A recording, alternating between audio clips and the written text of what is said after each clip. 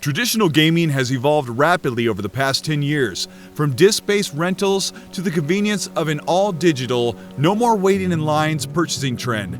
But Microsoft recently shook up the gaming world by announcing that future Xbox One exclusives are going to be just $10 a month.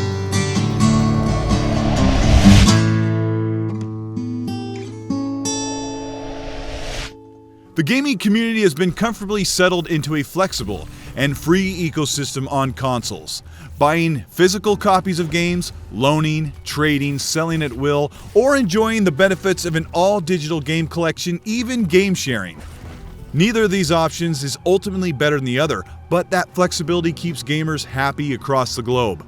But over the past 2 years, Sony and Microsoft have offered alternatives to accessing the massive console library: PSNow and Xbox Game Pass.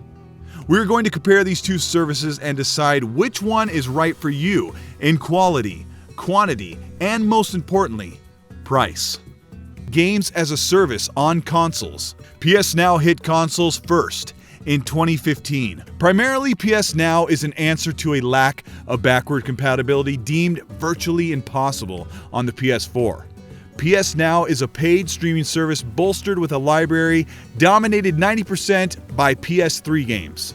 In early 2016, a few select PS4 titles were added to the service, with more to come.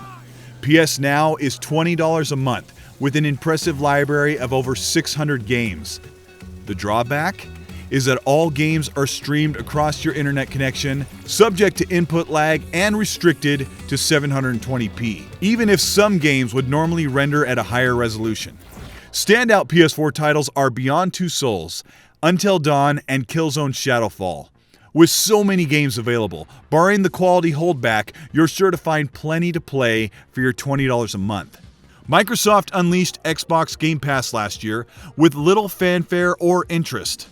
The service provides access to over 100 games for $10.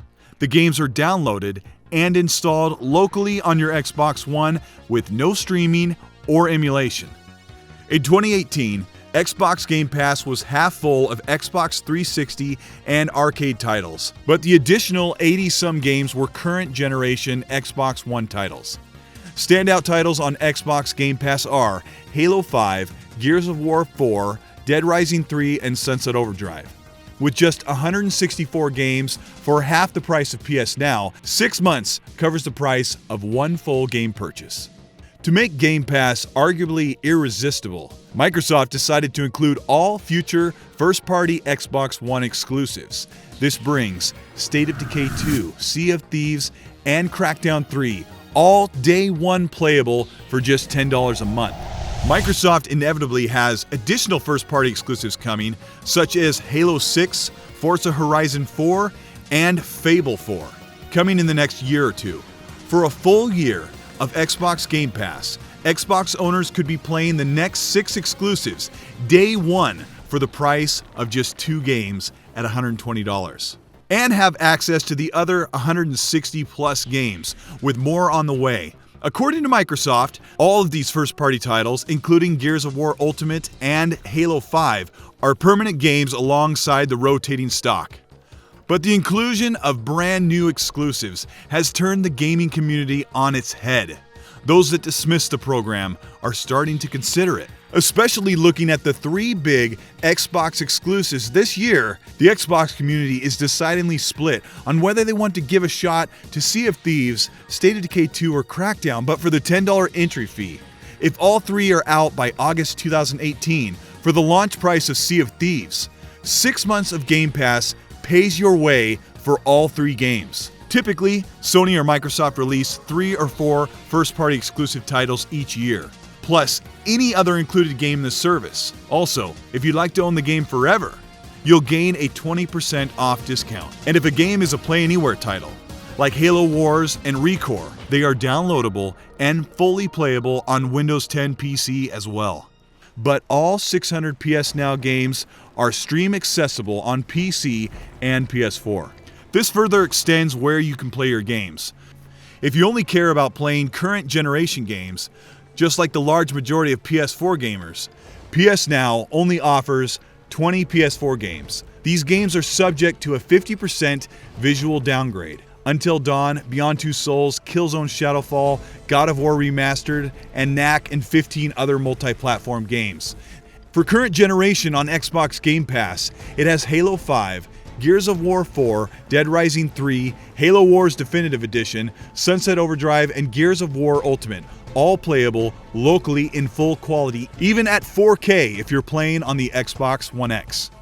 PSNow definitely offers more games and more high-rated last-generation games, with 20 PS4 games for $20 a month, compared to Xbox Game Pass of more than 80 Xbox One games for half the price of PSNow. It's obvious that PSNow truly covers the need for backward compatibility, but as the PS4 era pushes on, more and more PS4 games will be added to the service. The taboo phrase among the gaming community right now is games as a service. It's important to note that nothing here is locked behind a subscription paywall. All future Xbox One games will be available on store shelves, digitally in the Xbox Store, or straight from sites like eBay, Amazon, or any online store. Xbox Game Pass is an additional optional feature. It has the allure of just $10 a month. Microsoft's game sales are slow in comparison to Sony's, and the Xbox just cannot bear to follow the PS4 formula and hope to catch up with Sony's massive third-party support. Providing more and better ways to play, buy, and access your games is important to the platform. Xbox's foundation is grounded in allowing you to play all of your games you own where you want. If you want to play current generation games at a lower price entry, Xbox Game Pass is the better service. Although it does not have the access to stellar PS4 titles, PSNow gives you a better value per game at the cost of quality.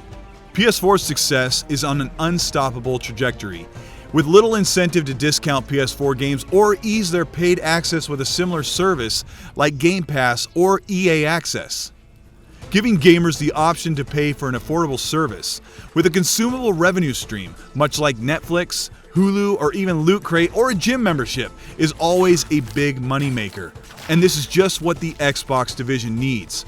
Xbox is already on track to provide a larger and more diverse library of games from 2018 and beyond. The options and the flexibility are still there. Gamers will continue to buy new and used games where they want, and hopefully, if Xbox Game Pass becomes a success, someday we'll see a service for $60 a month that puts every game in the library on a subscription service, as well as keeping the traditional physical and digital library of games to purchase that most people know and love. This is Colteastwood. Thank you for watching. I recently hit a milestone on my channel, and I want to thank all of you for checking in and giving my channel a chance. If this is your first video, welcome, hit the subscribe button, and if you like it, like the video. Also add me on Twitter and Xbox Live at Colteastwood if you have any questions.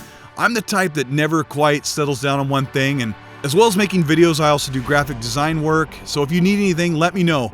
Put down in the comment section what game you are looking forward to the most this year, and have a great week. Oh, and I almost forgot. Be nice.